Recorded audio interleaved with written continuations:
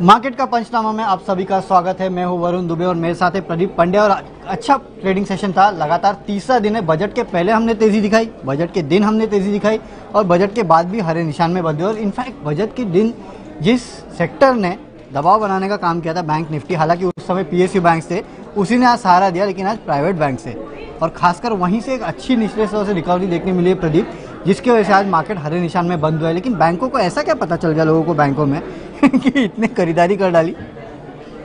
Rate cut कुछ ऐसा ही होगा ये तो हमें नहीं पता कि ऐसा क्या हुआ, लेकिन देखिए हमारा नजरिया ये था कि अगर 26,900 के ऊपर निफ्टी बैंक टिकने में कामयाब होता है तो आपको रिकवरी देखने को मिलेगी। आज सुबह बाजार खुलने से पहले जो मैंने अपनी राय शेयर की थी निफ्टी और निफ्टी बैंक दोनों में यही थी कि आपको गिरावट पे खरीदारी करनी चाहिए और दिन के आखिर में आपको अच्छी तेजी दिखेगी। तो हमारे तो ऊपर के टारगेट्स हासिल हो गए, उम्मीद के मुताबिक था बाजार में आज का ट्रेड। इसकी एक बड़ी वजह है, देखिए पिछले 2 दिनों में 4,300 करोड़ रुपए जो एफआईआईज ने डाले हैं सिर्फ 2 सेशन में, वो आपको बता रहे हैं कि मंदड़ियों को इस समय बाजार में थोड़ा सावधान रहना चाहिए। राइट। और जब तक एफआईआईज ले रहे हैं तो बाजार में आपको तेजी ही दिखेगी। तो एक शानदार मौका था दिन के दौरान, तो आज भी एफआईआईज ने लिया होगा। उम्मीद पूरी करनी चाहिए। देखिए निफ्टी बैंक पे हमने तो आज तकरीबन 2:10 पे आखिरी सौदा में 27,500 की कॉल सुझाई थी 35 रुपए पे, वो आधे घंटे में 75 पे पहुंच गई।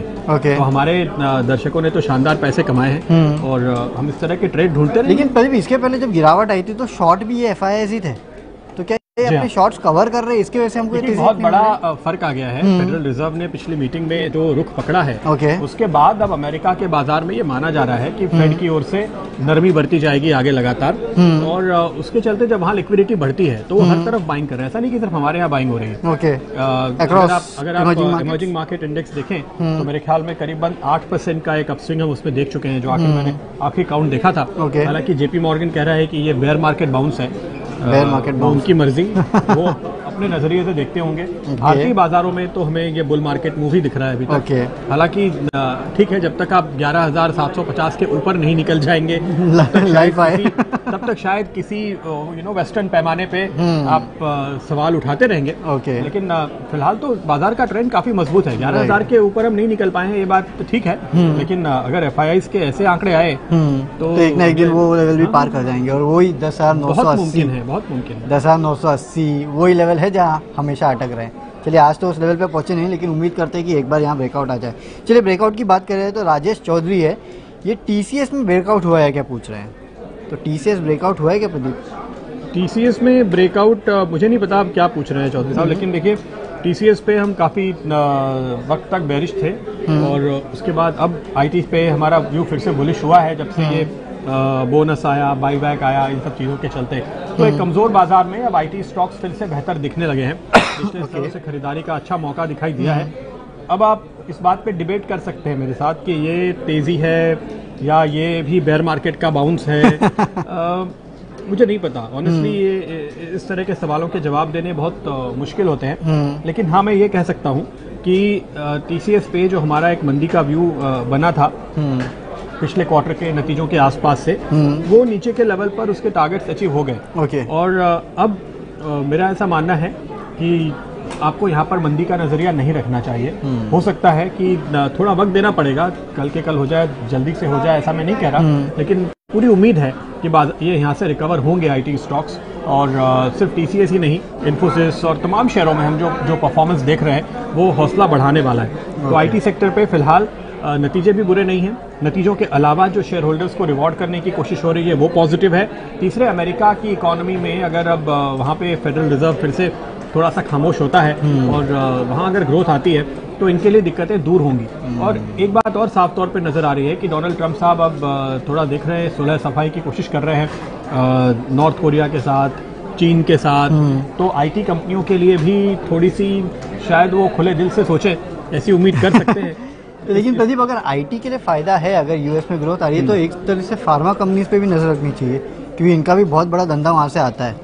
तो क्या इन पे भी बुलिश हो गए? वो जो अपने प्लांट में कीटनाशक डालना भूल जाते हैं और वहाँ पे मक्खियाँ पकड़ी जाती है ना, वो एक अलग दिक्कत है। ओके। मेरे लिए 2018 का सबसे बड़ा डिसअपॉइंटमेंट ही फार्मा है। अच्छा। और अभी भी देखिए संकेत बहुत साफ नहीं हो रहे हैं। ओके, तो वेट करेंगे। चलिए फार्मा में वेट करेंगे, आईटी पे बुलिश है। अच्छा, यहाँ प्रवीण सपाट से स्टरलाइट पे पूछ रहे हैं। इनफैक्ट प्रदीप, स्टरलाइट में हो क्या रहा है, ये क्या ग्रुप स्टरलाइट की टेक। हाँ, स्टरलाइट टेक, ये ग्रुप की दिक्कतें हैं जो इस कंपनी को खाई जा रही है, क्योंकि इस कंपनी का बिजनेस मॉडल तो बहुत गजब का है। 5G का एक बहुत बड़ा बेनिफिशियरी रहने वाला है ये ग्लोबली, राइट, सिर्फ इंडिया में नहीं, चाइना में भी ये बहुत बड़ा बेनिफिशियरी रहने वाला है।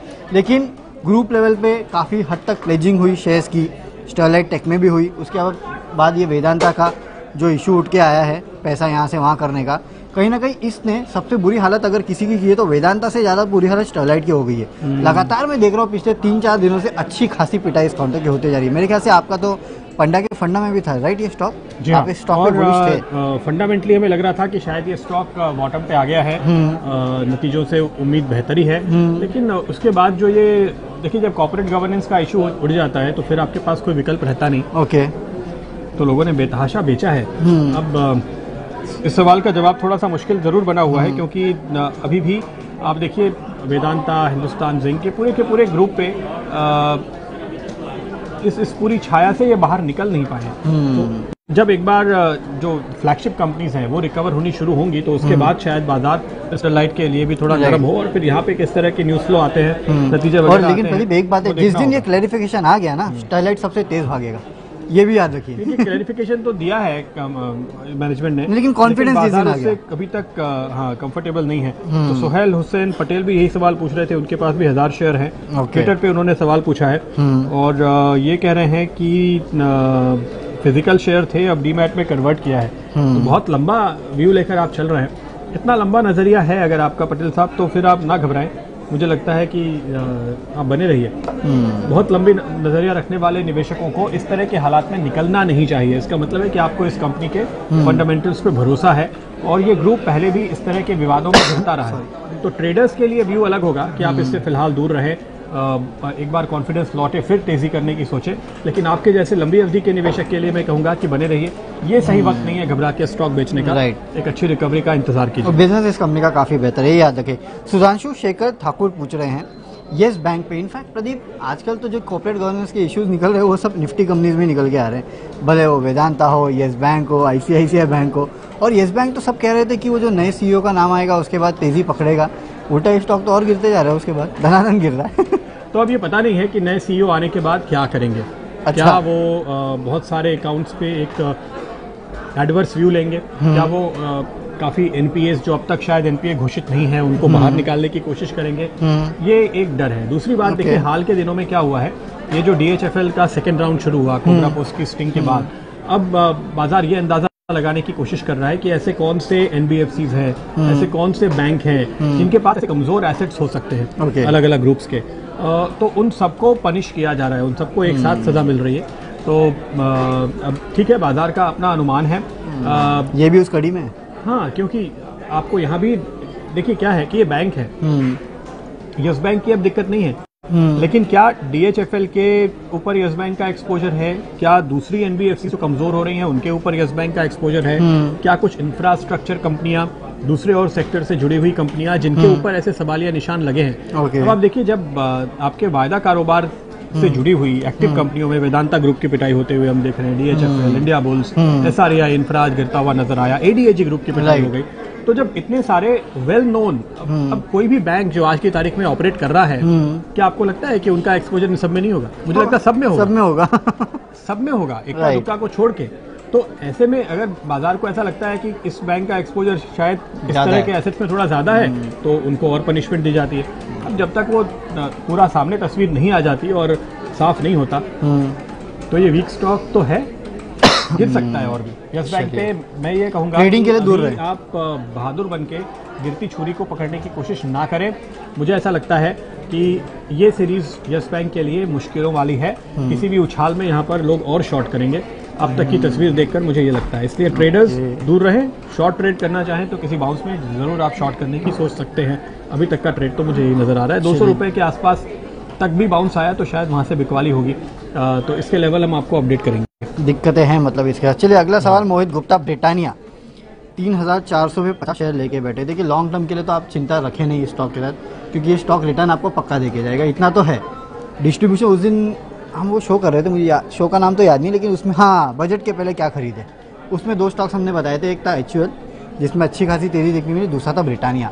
और इनफैक्ट प्रदीप मैं इस ब्रिटानिया के बारे में जब पढ़ रहा था ना, एक से एक प्रोडक्ट लॉन्च करने वाले, वेफर्स में ज़्यादा फोकस पढ़ना पड़ता है ब्रिटानिया के बारे में, पढ़ना पड़ता है हम तो बचपन से ब्रिटानिया के बिस्किट खा रहे, वो बात अलग है, वो तो आपका चैनल से एक अलग चीज़ है। अब मुझे आप बताओ कि ब्रिटानिया, पिडिलाइट, अब ये इनके प्रोडक्ट तो जहाँ नजर डालो वहाँ गोदरेज इसमें पढ़ने की क्या जरूरत है? नहीं, लेकिन अगर आप बाकी चीज़ें पढ़ना चाहिए, जैसे डिस्ट्रीब्यूशन की मैं पढ़ रहा था, पिछले 4 साल में डिस्ट्रीब्यूशन दुगना कर दिया, और इनफैक्ट मेरे ख्याल से तो इनका एचयूएस से बड़ा डिस्ट्रीब्यूशन हो गया, ये हाल है। तो इस तरह की रीच इनकी, और ये जो सेंट्रल इंडिया और जो हिंदी बेल्ट है ना, वहाँ पे फोकस कर रहे हैं। और इनफैक्ट अब जो आया है कंजम्पशन का असली जो बिकना है तो माल वहीं बिकेगा, तो कहीं ना कहीं ग्रोथ तो इसमें काफ़ी होने वाली है। और मैं देख रहा था लगातार इस कंपनी के रिटर्न्स आप पिछले 5 या 10 साल में देखिए, 3 गुना 4 गुना ये ऑलरेडी हो चुका है। ब्रिटानिया जैसा स्टॉक जहाँ रिस्क कम है, रिवॉर्ड ही रिवॉर्ड है, तो वैसे स्टॉक 3400 पे लेके बैठे, तो देखिए अगर लंबे अवधि के लिए है तो कोई प्रॉब्लम नहीं, आप लेके बैठे रहिए, ये स्टॉक यहाँ से भी दुगना हो जाएगा। लेकिन प्रदीप 3400 मेरा ख्याल से लेवल से नीचे ट्रेड कर रहा है ये अभी, तो उस केस में क्या किया जाए? 3400 के नीचे ट्रेड कर रहा है, इसका मतलब है कि इन्होंने ये शेयर कब लिया होगा मालूम है? अगस्त में।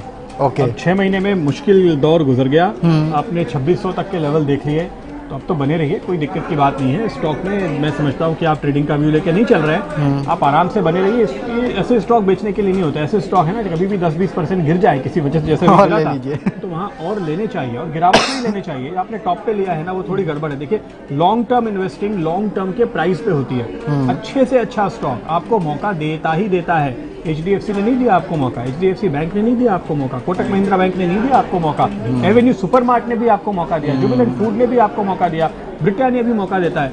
लेकिन गड़बड़ क्या होती है ना, लोग लॉन्ग टर्म सोचते हैं, लेकिन लेते तब है जब बाजार में पूरे जोश में होता है। मत लीजिए, आप स्टॉक तय कीजिए कि मुझे ये स्टॉक लेना है, और फिर खड़े रहिए, देखते रहिए। 10% से 20% की गिरावट तो बड़े आराम से आपको 6 महीने के अंदर हर स्टॉक में मिलती है। वही टाइम रहता है खरीदने का, ऐसे स्टॉक्स एटलीस्ट। अब और गिरेगा ना तो और ले लीजिए। चलिए ठीक है प्रदीप, आप सवाल जवाब का सिलसिला बंद करते हैं, चलिए जैसी आपकी इच्छा। ठीक है, तो कल सुबह आपके साथ फिर मिलेंगे, ग्लोबल मार्केट का हाल बताएंगे और इंडियन मार्केट को कैसे ट्रेड करना है, और इसी समय आपके साथ जुड़ेंगे आपके सवालों का जवाब देने के लिए। तब तक के लिए सी यू, बाय बाय, नमस्कार।